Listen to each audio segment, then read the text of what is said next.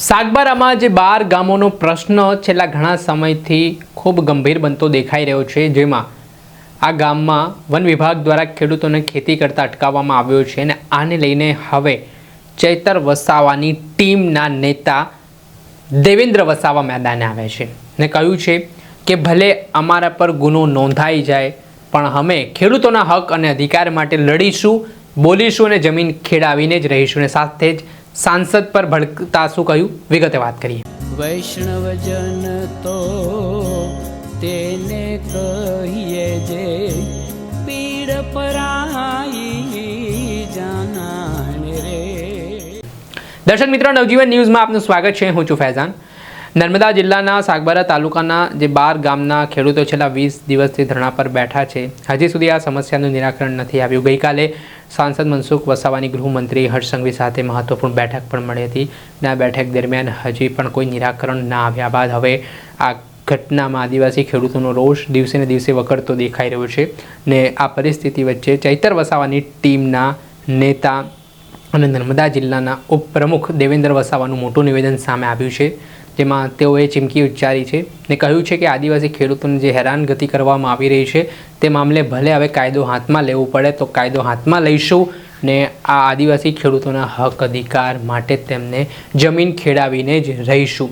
સાથે તેઓ સાંસદ ઉપર પણ ભડક્યા છે અને કહ્યું છે કે સાંસદ માત્ર વાતો કરી રહ્યા છે. 19 દિવસ કરતાં વધારે સમય થઈ ગયો છે.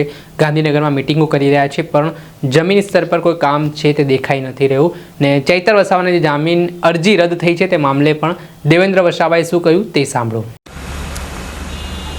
આજે જે ખોપી ગામે જે ખેડૂતો આદિવાસી સમાજના જે ખેડૂતો છે એ લોકો 20 દિવસથી ધરણા પર બેઠા છે, પરંતુ મનસુખભાઈ પોતે ચૂપ છે અને 20 દિવસ થયા પછી પણ સીએમને મળવું, પછી 15મી ઓગસ્ટ પતે પછી આપણે એનું નિરાકરણ આવશે એ રીતે વારને વાયદા જ આપ્યા કરે છે. પણ મારે માનવું છે કે લોકોને ભલે અમારા પર ગુનો એક થઈ જાય, લોકોને ન્યાય અપાવવા માટે કદાચ દેવેન્દ્ર વસાવા તેમજ પૂરી આમ આદમીની પૂરી ટીમ અને આદિવાસી સમાજ એ મેદાને આવશે, અમારે જવું પડશે એવું લાગે છે. કારણ કે આ નેતાઓથી અમને એવું લાગે છે કે આ પ્રશ્નનો નિરાકરણ બિલકુલ આવવાનો નથી. એટલે આ દેવેન્દ્ર વસાવા અને એમની ટીમ અત્યારે રાહ જોઈ રહેલી છે. નહીં તો પછી અમે જાતે જઈને લોકોને ખેડાવીશું. અમારા પર જે ગુનો થાય તે અમને મંજૂર છે, પણ અમે એક દિવસ ખોપીના જે ખેડૂતો છે એમને અમે ખેડાવીને રહીશું. ભલે કાયદો હાથમાં લેવો પડે, પરંતુ લોકોને અમે ખેડાવીને રહીશું. મનસુખ વસાવાથી આ વસ્તુ થવાની નથી, પણ દેવેન્દ્ર વસાવા અને એમની ટીમ એક દિવસ ખેડૂતો છે એમને પોતાનો હક જે ખેડાણ કરવાનું છે એ ખેડાવીને રહેશે. હાલ જે ચૈતર વસાવાને 7 વર્ષની સજા પડી છે અને તે વડોદરા સેન્ટ્રલ જેલ ખાતે છે અને હાઈકોર્ટે તેમની જામીન અરજી ફગાવી છે, તો તે બાબતે આપ શું કહેશો? જે જામીન અરજી છે એ નામંજૂર થઈ છે, પરંતુ અમે સુપ્રીમ કોર્ટનો રસ્તો છે અમારા પાસે, તો એમાં અમને પૂરી આશા અને અપેક્ષા છે કે અમે એમાં અમારા તરફેણમાં ચુકાદો આવશે એવું મારે માનવું છે. હાલ જે વિસ્તારમાં ચૈતર વસાવાની ખોટ વર્તાઈ રહી છે તેને લઈને આપ શું કહેશો? અત્યારે જે ખોપી ગામનો પ્રશ્ન છે એમાં ચૈતરભાઈની પૂરી અમને ખોટ દેખાય છે. કારણ કે ચૈતરભાઈ હોત તો અત્યારે ખેડાવીને રહેતા, અને એવો દમ મનસુખભાઈ પાસે નથી. કારણ કે 20 દિવસ થઈ ગયા છે અને લોકો ત્યાં ધરણા પર છે, પરંતુ મનસુખભાઈ પર પોતાના જે સમાજ માટે જે કરવું જોઈએ એ નેતામાં એ તાકાત નથી, અને એ તાકાત ચૈતરભાઈમાં છે અને એ ખોટ અમને આજે દેખાય છે. પરંતુ એમની ટીમ પણ એક્ટિવ છે. અમારે ખોપીના ખેડૂતોને ખેડાવવા માટે જાતે જવું પડે તો અમે જાતે પણ જઈશું. અમારી પૂરી ટીમ જશે, આદિવાસી સમાજ પૂરેપૂરો જશે અને લોકોને એકવાર ન્યાય અપાવીને અમે રહીશું.